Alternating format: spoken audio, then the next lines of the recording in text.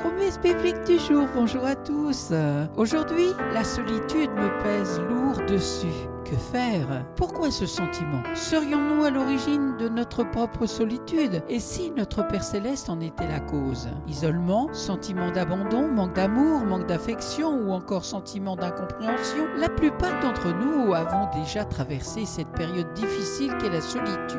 Volontaire ou subie, quelles qu'en soient les circonstances et les épreuves, sache que tu n'es pas seul. Non, tu n'es pas seul. Certains d'entre nous diront sans doute « Oui, c'est facile à dire, mais tant que tu n'es pas dans la situation, tu ne peux pas me comprendre. » D'autres diront encore « Ce n'est pas le moment, je n'ai pas envie d'entendre ça. » Toujours les mêmes discours. Certes, laissez-moi vous rappeler que nous ne sommes pas arrivés sur cette terre par hasard. Il est temps pour toi de changer tes pensées et de proclamer Jean chapitre 16 verset 32. Mais je ne suis pas seul, car le Père qui m'a envoyé est avec moi. Très souvent, dans les moments de solitude, nous avons comme l'impression de voir notre monde s'écrouler autour de nous. Toutefois, avons-nous déjà réfléchi aux causes de cette solitude? Et si c'était moi le responsable? Eh bien parfois oui, le problème vient de nous-mêmes et ce n'est pas toujours la faute des autres. Parfois, nos mauvais comportements font fuir notre entourage. Ceux-ci peuvent se manifester au travers d'une colère excessive, de l'agressivité, de l'égoïsme, de la rancœur, de l'orgueil, de l'hypocrisie, de la méchanceté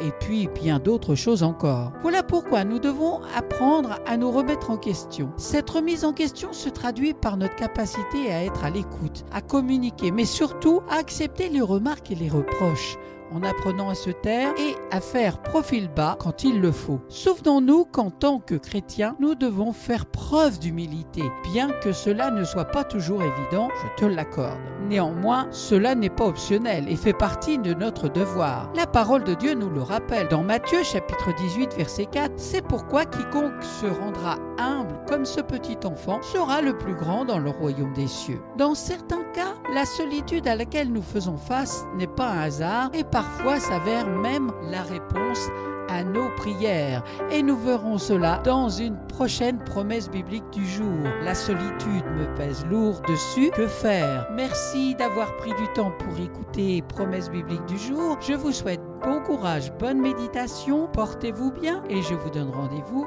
à très bientôt.